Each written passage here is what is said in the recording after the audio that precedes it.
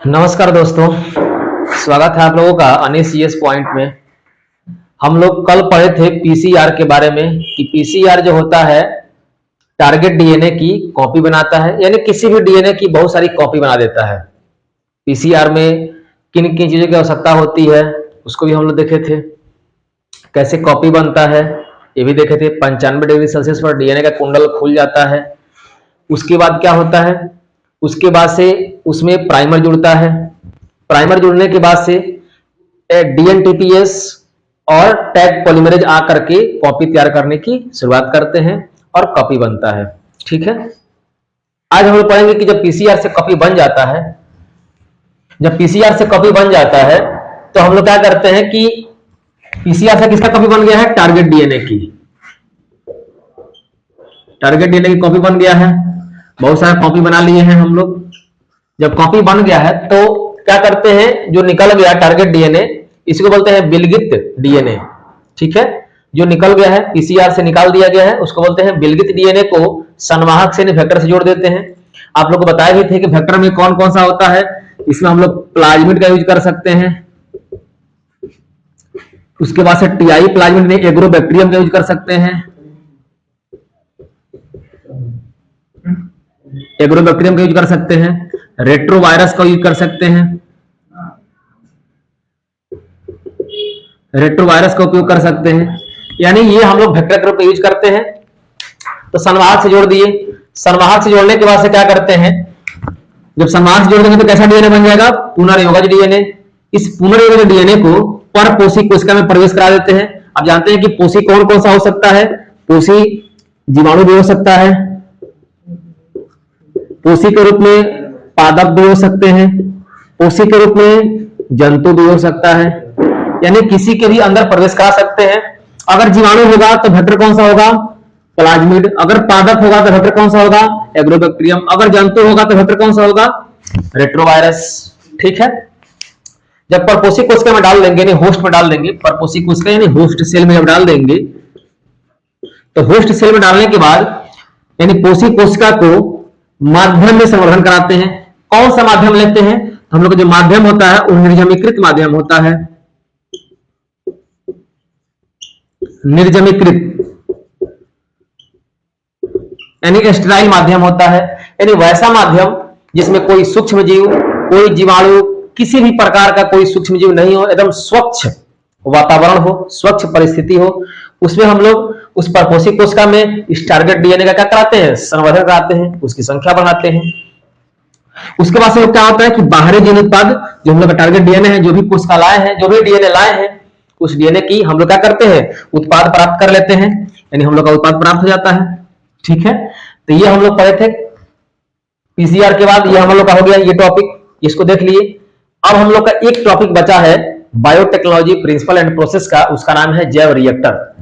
तो उस जैव रिएक्टर को हम लोग पढ़ लेते हैं, और जैव रिएक्टर में कुछ फिगर होता है उसको हम बना देते हैं ताकि टाइम नहीं लगेगा, जल्दी वीडियो हो जाएगा। उसको हम पहले ही बना देते हैं वीडियो फिगर को, और उसके बाद से उसको समझा देते हैं। ठीक है, चलिए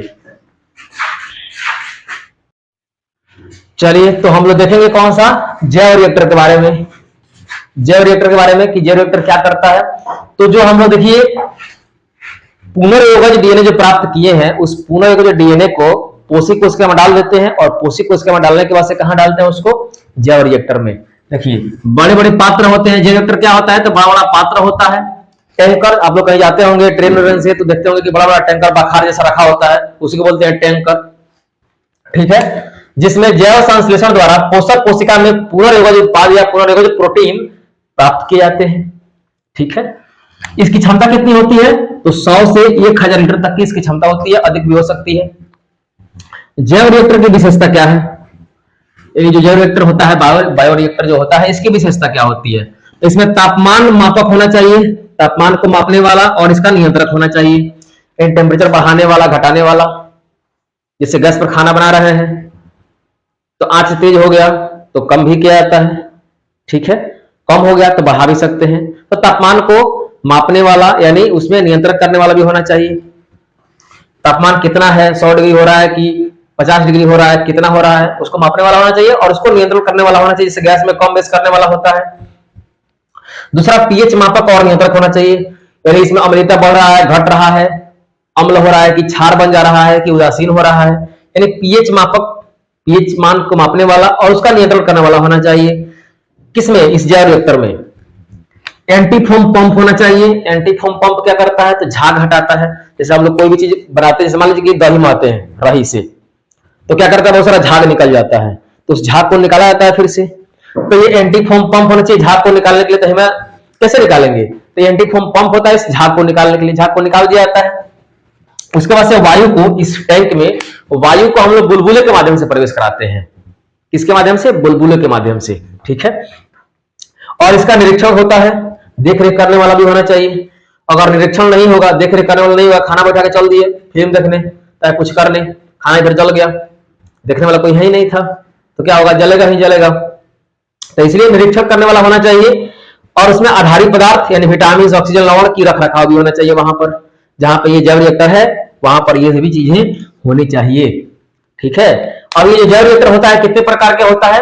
तो 2 प्रकार के होता है। कितने प्रकार के होता है? 2 प्रकार के। पहला कौन सा? 2 प्रकार के होता है। पहला होता है बिल्यूडन हाउस रिएक्टर। इस बिल्यूडन हाउस रिएक्टर की क्या विशेषता है? तो विशेषता इसकी यही है कि इसमें ये जो इसमें लगा हुआ दंड जो लगा हुआ है रही जैसा, ये जो रही लगा हुआ है ये कैसा होता है? बेलनाकार होता है। ये भी होता है, ये भी बेलनाकार होता है इसका, और ये भी बेलनाकार है। और इसको हम लोग क्या बोलते हैं? चपटा फलक वाला प्रेरक बोलते हैं, यानी इंपेलर। प्रेरक यानी इंपेलर। ये चपटा फलक वाला इंपेलर लगा हुआ है, यहाँ पे मोटर लगा हुआ है सब देखने वाला, ये बेलनाकार होता है। ये भी आपका बेलनाकार ही है। और इसका जो पेनी होता है, पेनी, जैसे तसली वाला का पेनी नहीं होता है, वैसे ही इसका पेनी कैसा होता है? उत्तल होता है। इसका पेनी कैसा होता है? उत्तल। ठीक है। और इसमें हम लोग क्या करते हैं? हम लोग अपना पुनर्योगज उत्पाद या प्रोटीन प्राप्त करते हैं। ये हम लोग का एक टाइप का हो गया। इसमें जो होता है, ये जो हम लोग का हाउस रिएक्टर है, इसका नाम है दंड विलुडक हाउस रिएक्टर। तो यहाँ पे क्या होता है? यहाँ पे स्पार्च्ड लगा होता है। ये जो लगा है इसको हम लोग बोलते हैं स्पार्च्ड, यानी दंड। क्या बोलते हैं? दंड बोलते हैं। इसको चपटा फलक वाला क्या बोलते हैं? प्रेरक बोलते हैं। एक तरह से रही है, रही समझते हैं ना? दाल वाल महने वाला पहले महारा था रही से ही, अब तो कुकर में बन जा रहा है ना। पहले रही में दाल पूरा मह के, अब पानी डालते थे तो दाल बनता था। दाल को गलाने के लिए रही से महा जाता था, पूरा मह के और तब मथ के, और तब क्या करते थे?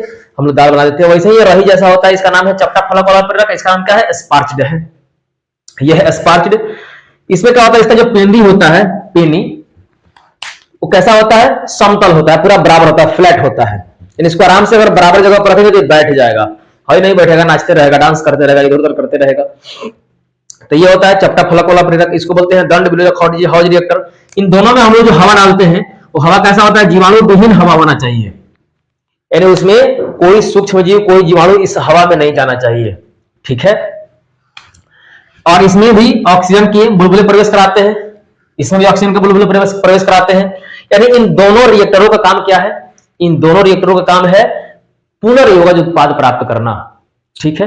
जब पुनर्योगज उत्पाद प्राप्त हो जाता है कोशिका कोशिका के अंदर, तो हम लोग क्या करते हैं? एक छोटा सा टॉपिक है अनुप्रवाह प्रसंस्करण, यानी डाउन स्ट्रीम।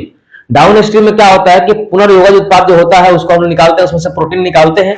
उस प्रोटीन को निकाल करके क्या करते हैं? उसका शुद्धिकरण करते हैं। जब शुद्धिकरण हो जाएगा तो उसका क्वालिटी टेस्टिंग करेंगे, यानी गुणवत्ता की जांच करेंगे, और गुणवत्ता की जांच करके मार्केट में उसको सेलिंग करने के लिए भेज दिया जाता है। ठीक है।